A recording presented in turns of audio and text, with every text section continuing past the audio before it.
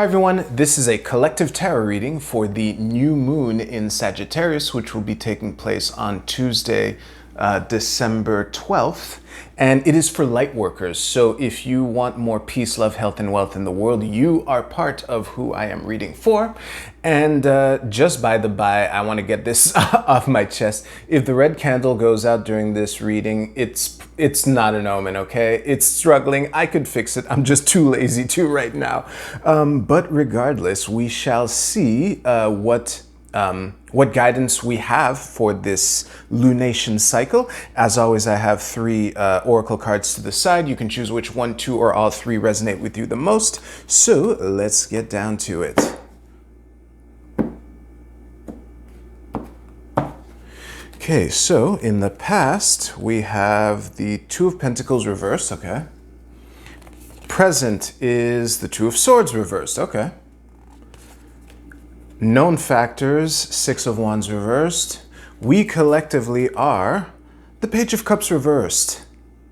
I'm weirdly liking that all these cards are reversed so far, honestly.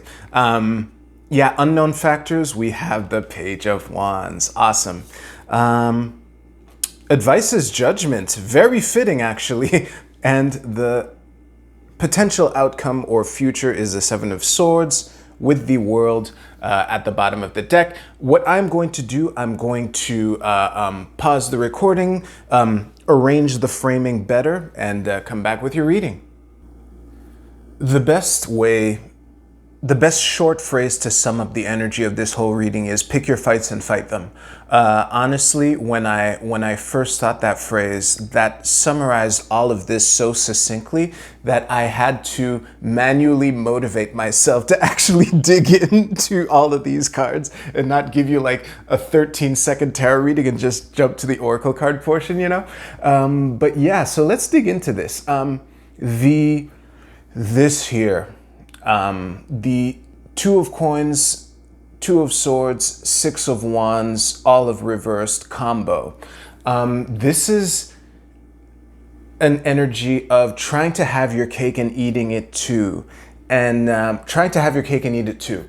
And it's all about, you're not sure which way to go, you're not sure which project to pick on, you're not sure what to focus on, you're being yanked every which way, and you're like, as a result of wanting to do it all, you're kind of half committing here, you're half committing there, and you're getting a bunch of half wins as a result, you know? And how this leads into this was the part that confused me the most in this whole thing, because after that it's pretty clear, you know, pick your fights and fight them. That's really, again, holy shit, especially with the World, you know, at the bottom of the whole deck here, you know, the ultimate accomplishment aspect is clearly the aspect of this card that's coming to the front, even though it's at the subtext of the entire reading, you know, which is how I use the bottom of the deck. But anyway, the Page of Cups, whenever, oh no, whenever the Page of Cups reverse comes up, I end up talking about anime, and remembering that just triggered the self-fulfilling prophecy, basically, because, and I don't watch anime really, but I always use that as an example of this vibe, because the Page of Cups, I read him as, in general, as that little, you know, offering that quirky little aspect of yourself with the world. And I guess now that I think about it, I do read this page pretty similarly when he comes up upright or reversed, but you know, it's a court card, so that kind of makes sense in that regard as well. But coming back to what I was saying, when the Page of Cups comes up in reverse, I often use the example of that weird thing that you like, hence anime, and the weird thing that you like, having something useful to contribute, and your self-consciousness in sharing it with the world is kind of getting in your way. And like an example I always go for, you know, digging down into this anime thing is, let's say, you know, a show that you watch is a mech show, and one of the mechs has this power supply that has like this special screw in it, and you work in a place, or you're in a situation where knowledge about the types of problems that the specific type of screw in that mech in that anime that you watch would come in handy, is interesting. And to be on the lookout for that, and that when it comes, to actually step into action. It's very fitting that we have a reversed water page going into an upright fire page, especially with the Judgment card as an advice card. And it's funny too, especially with the Seven of Swords here, because the Seven of Swords is one of these cards that gets a bad rap. I really like the Seven of Swords.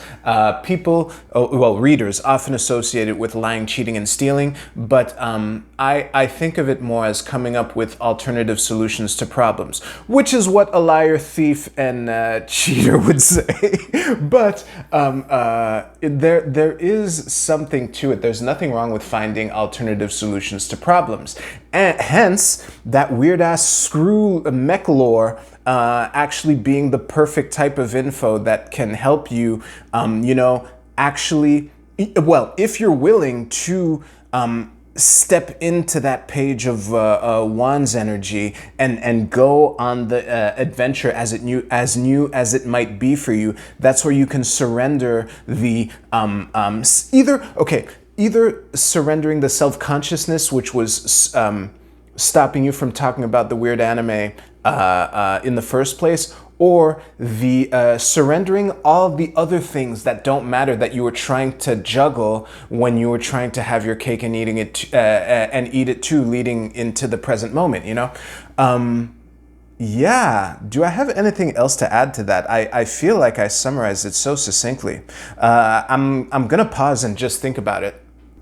Okay, one thing I almost forgot to mention. So, in the reading proper, because I took a quick inventory of the elements, and it's a fairly balanced reading, except for a lack of Earth. The Two of Coins being the only Earth card in the reading proper. Of course, we have the World at the bottom of the deck, which is kind of in the reading, kind of not. So, one with an asterisk.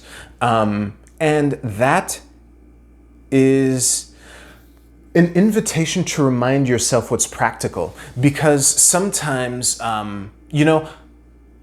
impracticability in your planning can take many forms. Some of it would be having unrealistic expectations of yourself, having unrealistic expectations of what the situation is, or that kind of thing. And that can also take the form of being down on yourself, like, oh, no one cares about, Mech Saitasho 3 or whatever. I just made up a Japanese word. I hope that wasn't offensive.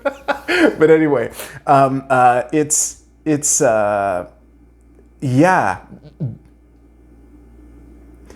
unpracticability can take many forms, and you can't do it all. Pick your fights and fight them. I think I've looped enough for that. So let's go to the Oracle card portion. If you picked the Geometry Oracle, your card is Gaia. I'll just show it to you. And the text under it reads, "The frequency of Gaia reminds us that we are infinitely connected to one another, just as we are to our Great Mother and to the universe that birthed us all." Okay, I think that the invitation here is one of letting go of the in-group, out-group narrative, or the in-group, out-group frame. I think that might be what's holding the people who chose this card back. And I'm glad that this card came up because, given the nature of what's going on in the world and the nature of, the types of light workers that I would like to see watch these videos, there is potential for the kind of resentment that builds up when we think in terms of in-group, out-group, and that resentment isn't the best tool in a lot of situations, especially like what we would like to see happen in the world, if you chose the Wisdom of the Oracle, new life.